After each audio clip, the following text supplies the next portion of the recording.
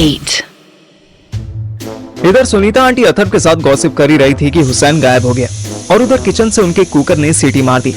Aunty वापस kitchen में चली गईं, पर अथर्व क्यूरियस हो गया। वो भी पीछे पीछे किचन में आ गया। गायब हो गए मतलब? आप ऐसे सीआईडी की तरह सस्पेंस बनाकर फिर ब्रेक पे मत जाया करो, पूरी बात बताओ। सुनीता आंटी प्याज काटते काटते बोली, अरे मैं क्या पूरी बात बताऊं, मुझे तो खुद सुनी सुनाई बातें पता है। मोहल्ले में चर्चा हो रही थी कि हुसैन ने आयशा के खिलाफ कुछ सबूत इकट्ठे कर लिए थे। कैसे सबूत? अरे वही बदचलनी के, इधर उधर मुंह मारती फिरती थी सुना है। तो वही हुसैन को पता चल गया होगा, उसने शायद कोई जासूस वासूस लगाया था पीछे। अब अथर्व की लुप लुप होने लगी। फिर क्या, अब जासूस पीछे लगाया है तो कोई फोटो वोटो भी दी होगी उसने, बस लग गया कोई सबूत हाथ।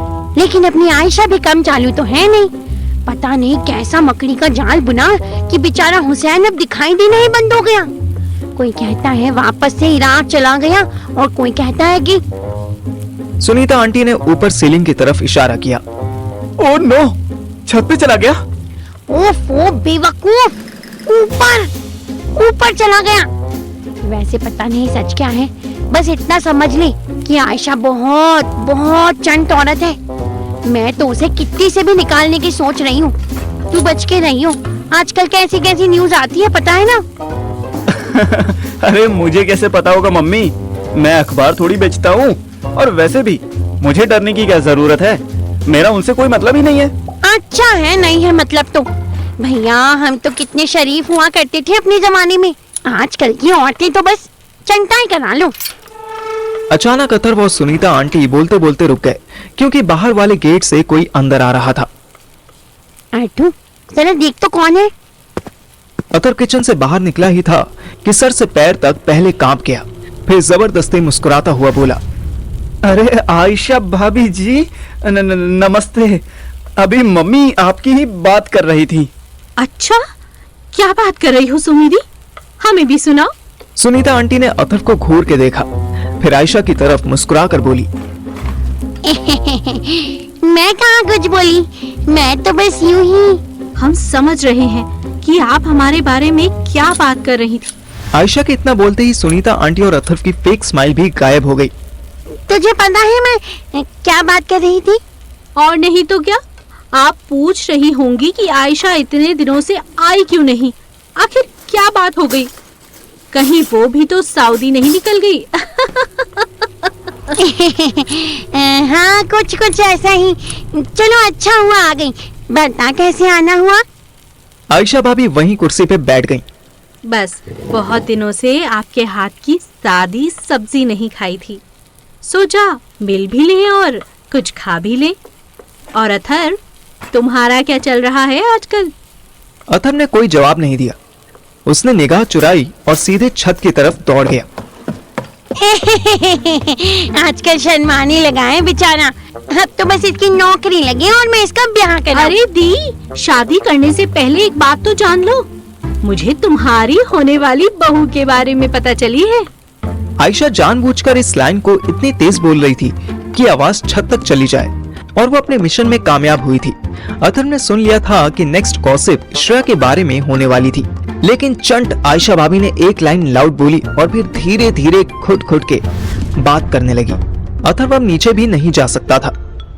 क्या मुसीबत है बेंचो? मुसीबत में उसे एक ही नाम याद आता था, उसने मुझे कॉल मिलाया।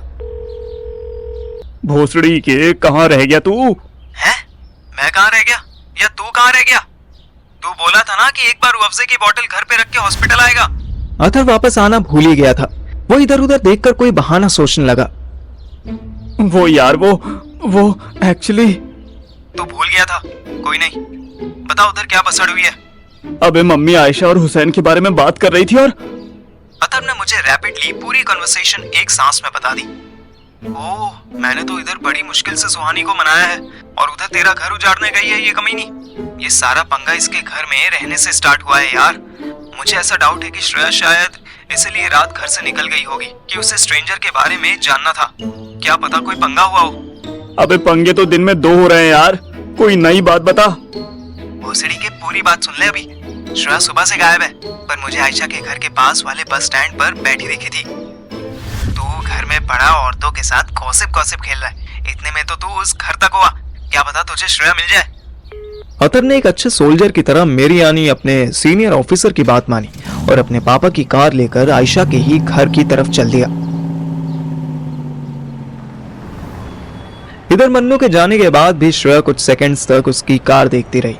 फिर उसने पेपर पर लिखी जीपीएस लोकेशन देखी। उसके लिए तो जैसे कोई एंजल आया था और टेम्पररी उसकी सारी प्रॉब्लम्स लेकर चला गया था। श्रेया भी कार लेने के लिए ऑटो स्टैंड की तरफ चल दी। ट्रेजेडी ये थी कि उसे ऑटो पकड़ने के लिए फिर वापस से आयशा के घर के सामने से निकलना था और कोइंसिडेंस ये हुआ कि उसे आयशा के घर में घुसता एक आदमी दिख गया। श्रेया शेरलॉक होम्स की चाची बनकर डस्टबिन के पीछे छुपने लगी। श्रेया को सिर्फ उस स्ट्रेंजर की बैग दिखाई दे रही थी। उसने कुछ सेकंड्स तक डस्टबिन के पीछे ही वेट किया। फिर जब वो आदमी अंदर घुस गया तब जल्दी से भागती हुई उसके पीछे गई। श्रेया ने देखा कि स्ट्रेंजर जल्दी में मेन गेट खुला छोड़कर अंदर कहीं चला गया। श्रेया सोफे के पास खड़ी होकर ध्यान से कोई आहट सुनने लगी। उसे अचानक हॉल वाले वॉशरूम से आवाज आई। वो समझ गई कि आदमी का प्रेशर बहुत तेज था, इसलिए उसने डोर क्लोज करना भी जरूरी नहीं समझा। वॉशरूम का डोर खुलने ही वाला था कि श्रेया तुरंत घर से बाहर भाग गई और थोड़ा सा डिस्टेंस बनाकर वेट करने लगी। उसे उम्मीद थी कि स्ट्रेंजर 5-10 मिनट में बाहर जरूर आएगा, पर बाहर आने के बजाय डोर को अंदर से लॉक कर दिया। श्रेया ने एक बार जीपीएस वाला पेपर देखा। क्या करेगी श्रेयू? इस स्ट्रेंजर का पता लगाना है या फिर अपनी कार वापस लानी है? ओह गॉड, क्या मुसीबत है। श्रेया के कंफ्यूजन और मुसीबतों में थोड़ा इंक्रीमेंट लाने के लिए अथर भी वहां पहुंच गया। अरे श्रेयू, यहाँ डस्टबिन के पीछे क्यों खड़ी हो? What happened, baby? क्योंकि डस्टबिन के अंदर खड़ी नहीं हो सकती है। अथर कार खोलकर बाहर आया और श्रेया को कस के हक कर लिया। तुम्हें पता है हमने तुम्हें कहाँ नहीं ढूंढा? कहाँ? मम्मी के रूम में, जहाँ तुमने रात को सोने के लिए भेजा था, और फिर छत पे जब। वाह, स्लो क्लैप्स फॉर यू। अच्छा, वैसे क्लैप तो तुम्हारे लिए ही बजनी चाहिए। बिना बताए घर से निकलने की क्या नीड थी? हाँ, मुझे और पार्थिव को तो बता सकती थी ना। अच्छा चल, पार्थिव ना सही, मैं तो तुम्हारा लव ऑफ द लाइफ हूँ ना, मुझे तो बता देती। क्या बता देती? तुम्हें बता के कोई फायदा होता है? तुम क्या कर लेती अगर मैं बताती कि मैं जा रही हूँ? अरे तो मैं भी साथ में चलता ना। मैं पूरी रात पापा के खर्राटे के चक्कर में सो नहीं पाया। Very good. मैं तो फिर भी अपनी कार में 2 आवर सो गई थी। गुड, ऐसी कार भगवान सबको दे। Very funny. First of all, भगवान मेरी कार मुझे वापस दे दे, ऐसे बोलो। अथर ने क्यूरियस मुंह बनाकर श्रेया की तरफ देखा। श्रेया ने पूरी WWE की कमेंट्री अथर को सुना दी। अथर ने उससे पैम्पर करने के बजाय पापा की तबीयत खराब होने और भंवर सिंह से झगड़ा होने की कहानी बता दी। अच्छा सुनो, जस्ट फॉर द रिकॉर्ड, मेरा और पार्थिव का दिन भी कोई औसम नहीं जा रहा है। हम भी बहुत स्ट्रगल कर रहे हैं आज। Very good. अब मेरी बात सुनो। इस घर में वो स्टूपिड आदमी है जो चुपचाप मेरे पास आकर सो गया था। हमें उसे किसी भी सिचुएशन में पकड़ना है, एटलीस्ट उसका फेस देखना है। अच्छा, ये सब इसलिए बिकॉज वो तुम्हारे साथ सो गया था कोई 10 मिनट मैक्स? हाँ। आर यू श्योर कि कोई बात नहीं है उसके सोने में? I mean, वो लिटरली सो गया था या फिर वो बॉलीवुड फिल्म्स वाला सोया था? श्रेया ने कंप्लेनिंग निगाहों से अथर की तरफ देखा। शट अप यार। हाँ, उसने मेरे He squeezed me. What squeeze? क्या बोल रही हो तुम? खुल के बोलो। क्या खुल के बोलो? पॉम किया उसने मेरे साथ। इसकी माँ का मुर्गी अंडा उसने किया और तुमने करने दिया? What do you mean करने दिया? छी, how could you even think of that? मैं क्यों करने दूंगी? मुझे लगा तुम हो।